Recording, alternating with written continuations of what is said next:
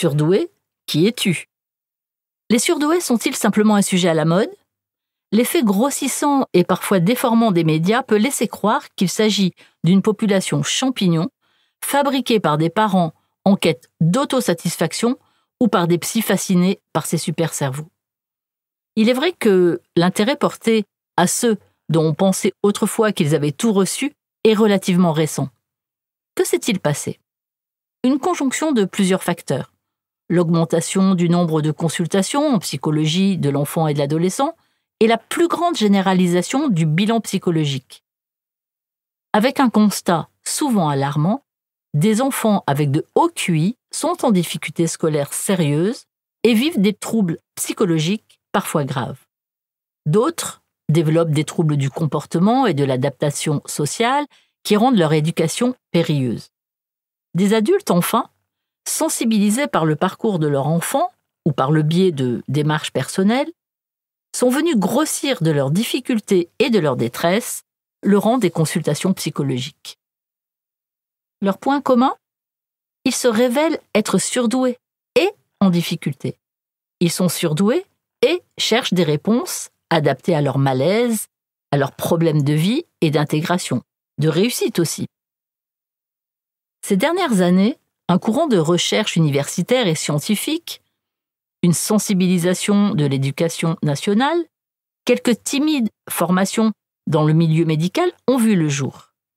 Pourtant, dans la réalité quotidienne de ces enfants et de ces adultes en quête de compréhension, d'accompagnement et de soutien, les mesures et les propositions concrètes restent bien rares. Surtout, le courant qui considère le surdoué comme une personne supérieurement avantagée reste très dominant et occupe encore largement les esprits. Comment, en effet, intégrer et admettre ce paradoxe central qui fragilise le surdoué sur son parcours? La relation intime qui existe entre l'extrême intelligence et la vulnérabilité psychique. Étrange rapport. Est-ce que l'extrême pensée et l'extrême souffrance ouvriraient le même horizon? Est-ce que souffrir serait finalement penser? Maurice Blanchot. Ce que l'on confond, l'intelligence et la performance. Ce que l'on mélange, les compétences et la réussite. Ce que l'on superpose, le potentiel et l'efficacité intellectuelle. Ce que l'on associe, une intelligence quantitativement élevée, celle des plus intelligents que la norme, mais adaptée aux exigences de l'environnement, et une intelligence qualitativement différente dont le mode de fonctionnement peut être une source de souffrance et d'échec, celle des surdoués, intelligents autrement. Ce que l'on oublie, comprendre, analyser, mémoriser vite n'est pas avoir la connaissance ou la science infuse. Ce que l'on minimise, l'extrême intelligence est indissociable de l'extrême sensibilité, de l'extrême réceptivité émotionnelle. Ce que l'on occulte, l'hyper-intelligence et l'hypersensibilité, vulnérabilisent et fragilisent.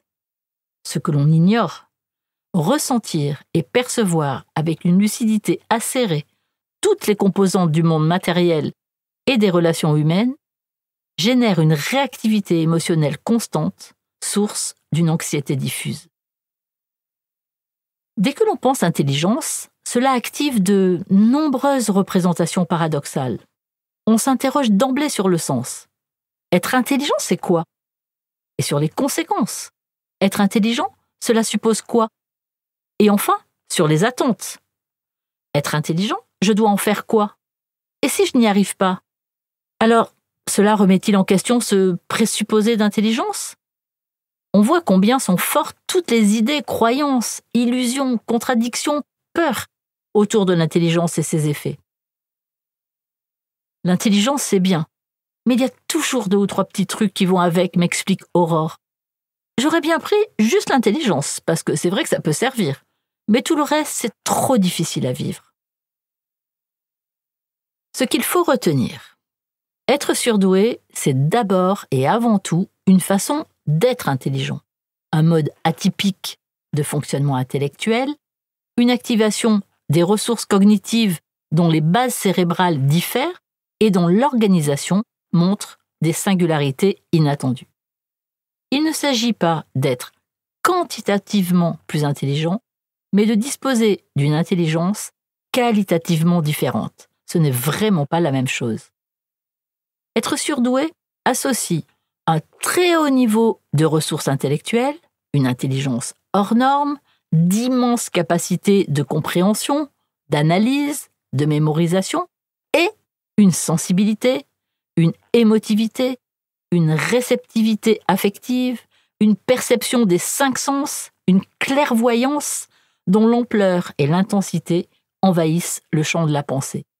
Les 2 facettes sont toujours intriquées. Être surdoué, c'est une façon d'être au monde qui colore l'ensemble de la personnalité. Être surdoué, c'est l'émotion au bord des lèvres toujours et la pensée aux frontières de l'infini tout le temps. Toujours comprendre les 2 facettes du surdoué, l'intellectuel et l'affectif. Ne pas prendre en compte les particularités de fonctionnement du surdoué sur ces 2 versants, intellectuel et affectif, qui vont construire toute sa personnalité et marquer toutes les étapes de son développement et la construction de toute sa vie, c'est négliger toute une partie de la population au prétexte d'idéologie dépassée et de méprise. Être surdoué n'est ni une chance insolente, ni une bénédiction des dieux, ni un don privilégié, ni une surintelligence enviable. C'est une personnalité singulière, aux multiples ressources intellectuelles et affectives, dont le potentiel ne pourra s'inscrire comme une force dans l'ensemble de la personnalité que si et seulement si cette composante est connue, comprise et reconnue. L'intégrer, c'est la possibilité de construire une vie qui nous convient, dans laquelle on se sente bien, comme chacun de nous tente de le faire. L'ignorer, ou pire le dénier, c'est prendre le risque de passer à côté de soi-même et de passer sa vie avec un profond sentiment de manque et d'incomplétude, pouvant conduire, dans sa forme grave, à une désadaptation sociale douloureuse ou à des troubles psychologiques sévères. Le bonheur, ce n'est au fond rien d'autre qu'exploiter ses capacités à 100%. Mihai Csikszentmihalyi. Tirons la sonnette d'alarme. Aujourd'hui, le constat clinique est alarmant. Les enfants surdoués ont un parcours scolaire souvent très chaotique. Ils sont psychologiquement fragiles, ont des repères narcissiques flous, souffrent d'une conscience douloureuse du monde. Selon leur personnalité, ils réussiront à développer telle défense et telle ressource pour transformer leur particularité en atout, en dynamique positive de vie. Mais pour ceux au développement marqué par des difficultés affectives multiples, des troubles psychologiques se manifesteront. À l'adolescence, les décompensations psychologiques sont fréquentes avec des tableaux cliniques atypiques, des prises en charge difficiles, un pronostic parfois sombre. Les difficultés seront plus ou moins marquées selon que l'enfant aura été ou non dépisté et l'âge du diagnostic. Lorsque l'enfant grandit sans savoir qui il est vraiment, les risques de troubles psychologiques deviennent réellement menaçants. À l'âge adulte, la personnalité sera construite de façon bancale, sur des renoncements et des blessures, sur des croyances erronées sur soi et sur le monde, ou sur des mécanismes rigides dressés pour se protéger de son intense vulnérabilité. Chaotique, inconfortable, sinueux, le parcours du surdoué adulte est souvent bien troublé. Bien sûr, certains adultes surdoués trouveront un équilibre de vie confortable, construiront des projets satisfaisants, vivront une vie réussie. Mais au prétexte d'une opinion qui préfère affirmer que ces surdoués accomplis sont largement majoritaires, comment ignorer tous ces adultes en errance dont le problème central tient de l'ignorance de ce qu'ils sont? Livre audio complet gratuit disponible en description de cette vidéo.